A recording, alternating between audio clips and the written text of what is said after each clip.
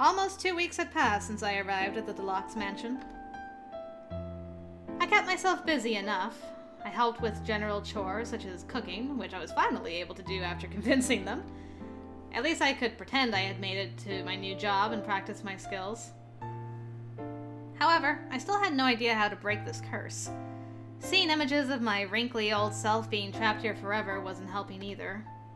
It freaked me out rather than motivate me to look harder to look for the solution. At least the toys won't see themselves get old over the years. After I said that, I realized I should keep it to myself. Being trapped in toy bodies wasn't a good thing, after all. I often thought about the youngest child, Gold. They said she was a doll who remained lifeless, and I continuously wondered why. Why is she different? Maybe she holds a clue to breaking the curse? As I whispered this to myself while wandering the East Wing, I remembered that I didn't know which room was Gold's. In fact, they hadn't told me anything more about her. It's probably because they don't trust me yet. However, as I walked the halls, I realized I needed to meet Gold. I just had this feeling in my chest. I hoped everyone would agree. Well, hopefully when they're human again. I knocked on the door of Soul's workroom. It was the room he used for his sewing projects. Soul looked up from his drafting board. There were sketches under his paws. Is there something troubling you, Lady Aura? I know this is kind of straightforward, but if it's okay with you, would I be allowed to meet your sister? Soul didn't say anything in response. He sort of tilted his head in thought and touched a paw to his lips. I'm sorry, I know I'm asking a lot, but you said I must have come here for a reason, right? Soul remained silent. I understood that he needed to think about it, and it made sense for him to hesitate. But still, I feared that he would reject my request. He hopped down from his chair and walked past me. Soul? Please follow me, Lady Aura. Soul led me to a set of large, white double doors. I'd seen this door countless times already, but never really paid attention to it.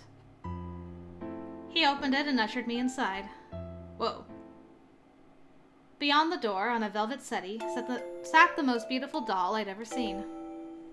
Her shiny, golden curls cascaded down her shoulders. Her eyes were as blue as the sky. But looking into those eyes gave me a dismal feeling. They seemed empty.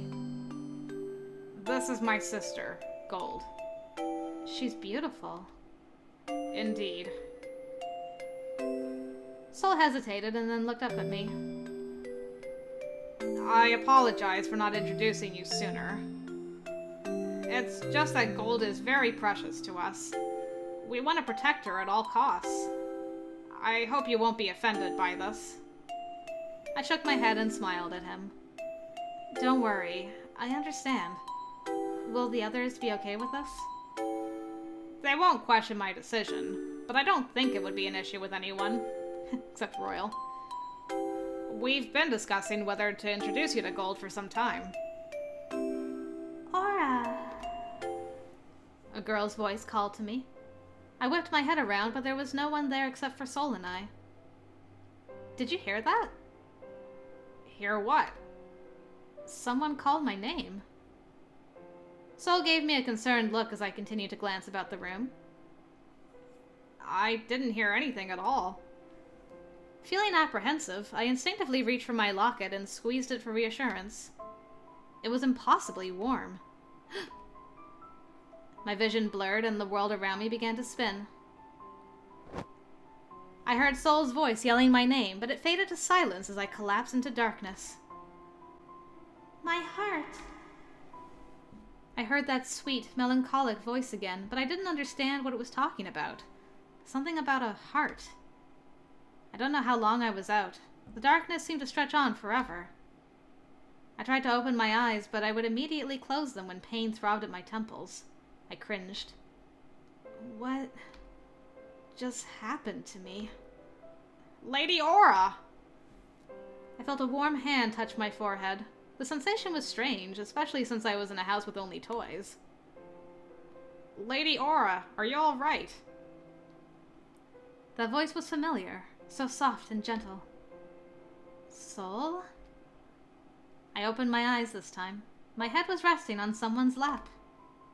Oh. Hello, handsome. Man, I was really knocked out this time. Thank goodness, you're finally awake.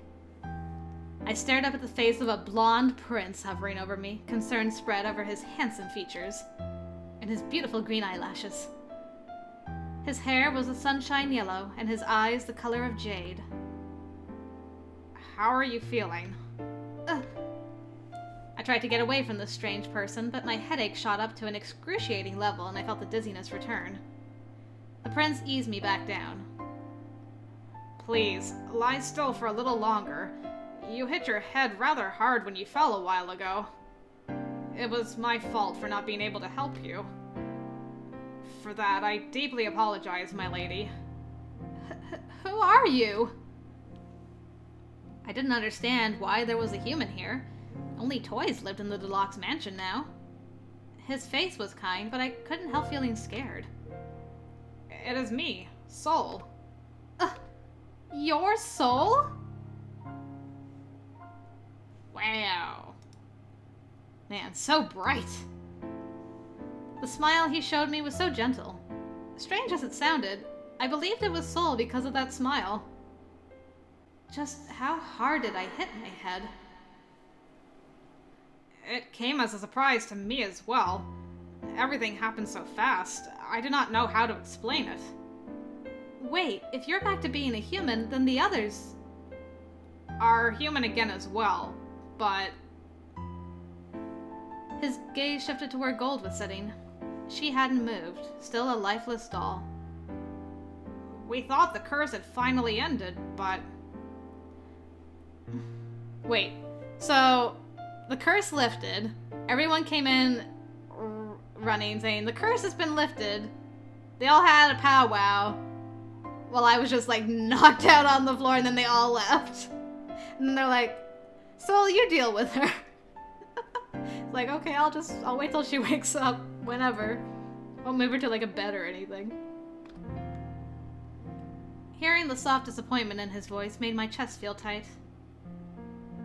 Can you stand? Yes. Easy now. I held onto Soul's arm as I tried to get onto my feet. My legs felt boneless. It took all of my strength not to collapse to the floor again. The higher I rose from my position, the dizzier I felt. Unable to stop myself, I fell against Soul's chest. I apologize for this, my lady. Soul swept me into his arms without any hesitation. My instinct was to flail, but I barely had the energy to speak. Put me down. You are weak and tired. I cannot let you walk in this condition. Okay, I will allow it if you promise to put a dark blanket over me so Lillie doesn't see what you're carrying. I opened my mouth to argue, but I couldn't even muster words anymore. Man, if I'm this bad after turning Soul back into a human, what is gonna happen with Deon? Am I gonna be knocked out for weeks? I felt so tired. I closed my eyes and leaned against Soul's chest. I'm getting, Chevalier feels from this. The rhythm of his heart echoed in my head, lulling me to sleep. Oh, so handsome. After that fainting spell, I slept like the dead for a day. When I finally awoke, I could feel the ton of bricks laid upon my head. I looked at the mirror Lillie had bought me and shuddered. Bought me? From where? My paper white skin made the dark circles beneath my eyes look even worse. Even a dead person would look better than I do. What kind of expression is that, Miss Aura? You look funny. I glowered at the petite girl beside me. Her pink ponytail swayed when she bobbed her head. Her pretty blue eyes sparkled with laughter, which darkened my expression. When I woke up, Lillie was the one beside me. She filled me in on the important details. Everyone saw the same white light when they all transformed back to their human form. No one knew what caused the light or the transformation. But they decided I had to be related to it since the light happened after I fainted, and they soon transformed. The curse was not broken, but it was disturbed. Everyone was convinced my coming here was simply not a coincidence. Lillie was about to leave the room when someone suddenly opened the door. You are not supposed to enter a lady's room without permission, Lord Deon. What if you saw Miss Aura unclothed? A guy with platinum blonde hair was leaning against the doorframe. He resembled Sol very much, except for the lighter hair and amber eyes. Can I come in? There you go. I just asked permission. Lord Deon! And to see Aura naked, now that would be a rare and lovely sight. Oh, don't you glitter at me. Deon's lips turned into a sly grin when he finally saw me in my bed. I don't know whether he was joking or being serious, but knowing Deon, it's definitely the latter.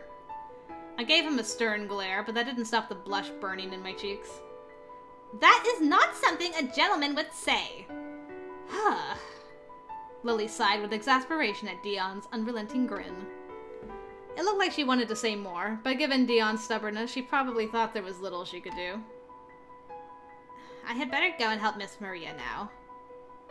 Please do not cause Miss Aura any trouble. Deon raised both his hands in surrender, but his grin didn't change. Easy now, I won't do anything. Good. Lillie gave him one more glare before leaving the hall.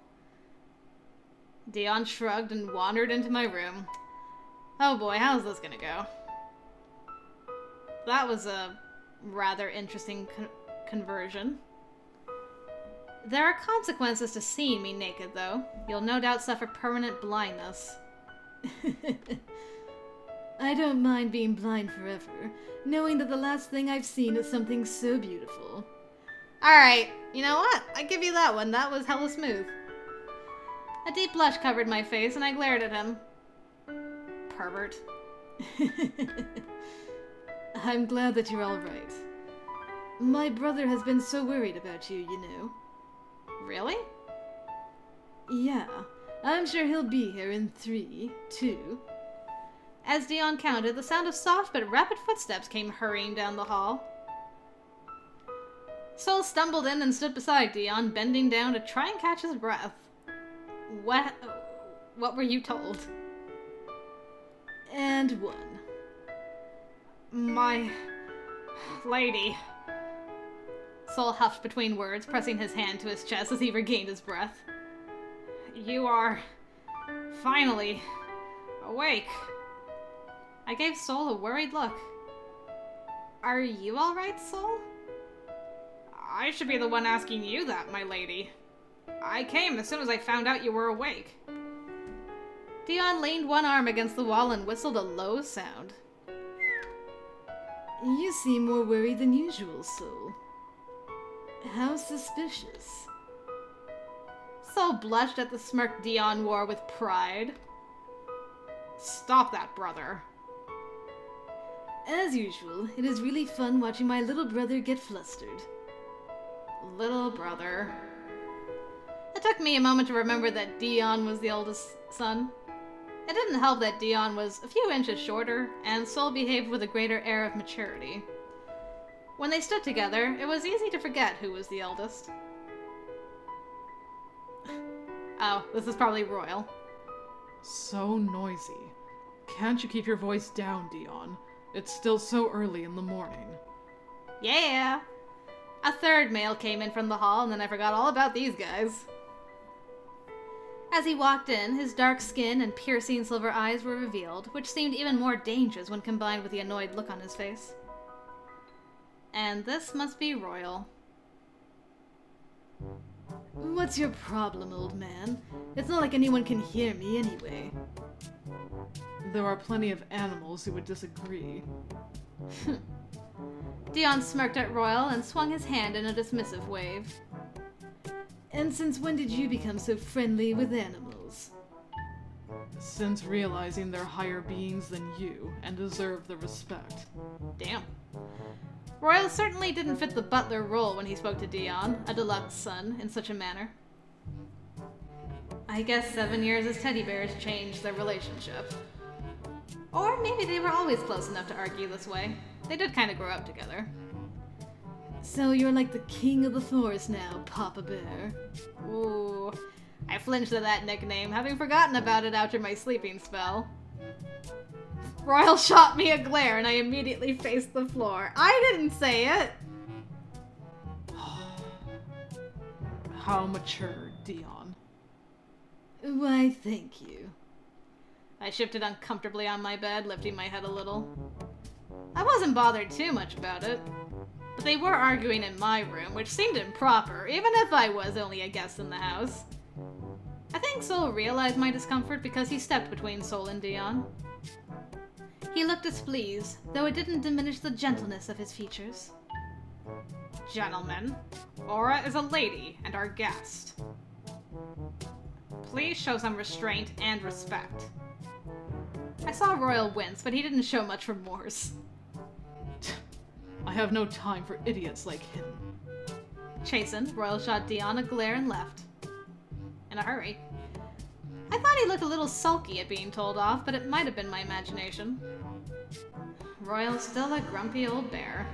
Never changed, boo. The knowledge was a little relieving. I was getting used to his growly personality, and I would have missed the grumpy Royal. There you are! Ugh. That voice. Yeah, I knew it was gonna be you. Following that Sutton voice, a lady with long dark hair and startling red eyes came in from the hall. There was a demonic aura around her, not weakened by the deadly glare she aimed at Deon's head. Miss Maria. Fancy meeting you here. I gaped at the doorway. That is Miss Maria? I had always imagined her to be a school teacher, or someone similar to my previous landlady. Not too old, but showing plenty of age as someone tasked to take care of the deluxe children. Miss Maria, however, looked to be only in her mid to late 20s. She's probably a witch. Slacking off from work again, eh, Deon? I was just... Miss Maria didn't give Deon the chance to finish, taking hold of his ear and then proceeded to drag him towards the door. Thank you, that's all I ever wanted. I couldn't help wincing. Ow, careful with the ears. Stopping before she left the room, Miss Maria looked over at me as if discovering I was there. Her arm lowered a little, pulling Deon down with it. His teary eyes made my heart thump in sympathy, even if he did it to himself by avoiding his chores. Oh, so you're finally awake? Yeah. Do you have any idea how this happened? I slowly shook my head. Her terse manner of speaking hadn't changed, leaving me nervous but a little relieved. I felt I should apologize, but she sighed and continued speaking before I could. Thought so. The answers will no doubt come at the right time. I trust they shall as well. Sol offered me a gentle smile and excused himself from the room. Miss Maria, can you let go now? Miss Maria turned her stern eyes from me and resumed glaring at Deon. No, you're coming with me. Resuming her retreat, Miss Maria dragged Deon from my room by the ear. I heard him whimpering and begging for mercy all the way down the hall. I squeezed my locket, confused and anxious over what had just occurred in my room. It scared me a little that things seemed more normal when everyone was a plush toy. Hopefully I'll figure out those answers soon. We can only hope.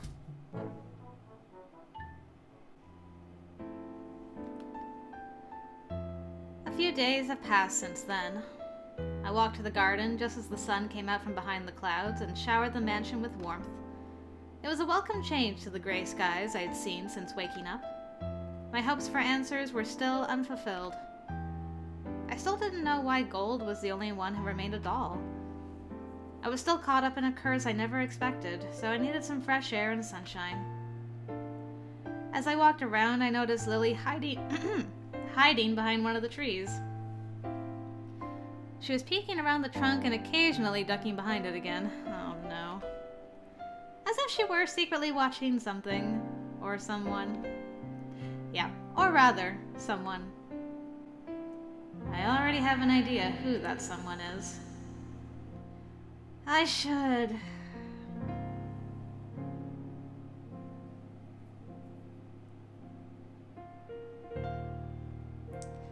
I don't know what I should do.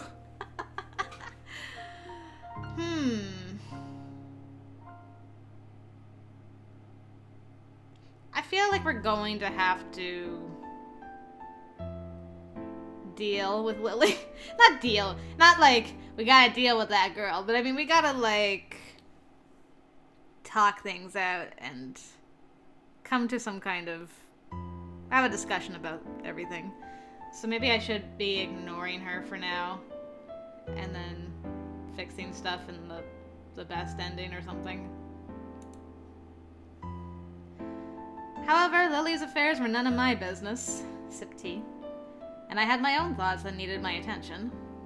Turning my head away, I continued on my walk. I can't understand why everyone else changed back, but Gold didn't. Not that I know why everyone changed back when they did either, but... I'd been stuck in this loop since that day. Even the fresh air wasn't helping clear my head. Discouraged, I decided to switch topics and wondered what I should make for dinner. Oh, I wonder if Lillie knows what Soul's favorite meal is. Soul's, you say? After all, Soul offered to make me a dress, and I hadn't thought of a good way to thank him for it. A meal wasn't much, but it was a nice start. With that task in mind, I crept back over to where Lillie was hiding, not wishing to scare her and ruin her stakeout. So we gotta talk to her anyway. Psst, Lillie, I need to ask you something. Shh! He'll hear you! Giving me a warning look over her shoulder, Lillie hid herself more behind the tree and continued watching the garden. Curious, I decided to join her. Oh. He is so beautiful, though. Surrounded by a beautiful field of roses was the prince of this castle. With his gentleman's smile wavering, Soul was picking out roses and seemed to lay them on the ground after teasing the petals with the tops of his fingers. Ah, I'm so jealous of those roses. If you like him so much, why don't you just go ahead and tell him? I told you, it's impossible. He is the heir to the locks, while I am just a mere maid. I do not have a chance. I admit, I wasn't knowledgeable about the customs of the upper class, but I didn't understand why they couldn't be a couple. I mean, I'm gonna get together with them. I'm probably on the same level as you. Lillie sulked at me. Can you not understand? Prince Soul is out of my league. Love knows no boundaries. How encouraging. Her sarcastic tone was so un-Lillie-like. I still didn't understand her hesitation, but I did understand why she liked him so much. Just thinking about it brought another smile to my lips. You! Eh? I knew it! You also like him! Where did that idea come from? I cannot blame you for liking him as well. He is Prince Soul, after all. I shook my head at her. It was true that Soul was handsome, and he made me blush a little, but I didn't think that I liked him as Lillie claimed. I don't... Lillie patted me on the shoulder, clearly ignoring my words and confusion. But... you are my friend, Miss Aura, so if Prince Soul chooses you, there will be no hard feelings. Wow. You are the biggest of women. For you to actually say that. Wow. I promise you that. Eh? As I gaped at Lillie's bizarre train of thought, Soul came up behind us. He was carrying a small bouquet of roses in his arms. Lady Lillie? Lady Aura? What are you two doing hiding out here? We both turned around, flushing deep red at being caught. Prince Soul! We were just discussing how best to handle our chores. Miss Maria wasn't in a good mood earlier. My shaky voice betrayed my confidence in the lie, but it was certainly a believable one. Sol tilted his head to one side. Really? Yes, that is right. Divide and conquer. I see. I hope she isn't giving you too much trouble on such a nice day. And he actually believed it. As if remembering something, Sol dropped the subject and lifted a rose from his stack. Really? For you, Lady Lillie. For me? Her face went scarlet. I approve of this. Yes. They are beautiful, are they not? It was cute seeing Lillie so flustered, though I was a little worried for her as well. She kept saying it was impossible to pursue her love for Sol, so maybe this kind of thing hurt her too. Oh my, you do not look well, Lady Lillie. Are you sick? Oh boy, she's gonna pass out. He leaned forward and laid his hand upon her forehead. This is not good for my heart! Told you. Lillie ran back to the mansion looking like she might cry. I don't think he meant anything by that, but it seemed almost cruel if he didn't know her feelings. Did I do something wrong? I guess that's his flaw. Sol is dense if he cannot see Lily's feelings for him. I shrugged, not wishing to say anything Lillie didn't want me to say. Huh. I hope she is fine. By the way, here. For you, my lady. Thank you. I smiled, accepting the rose he held out to me. Oh, he's so kind. So, why the roses, Sol? I'm going to put them inside Gold's room. Roses have always been her favorite. Seeing that wistful smile on Sol's face told me how much he missed his little sister. I squeezed my locket for comfort. Keep doing that. I really need to find out how to break the curse soon.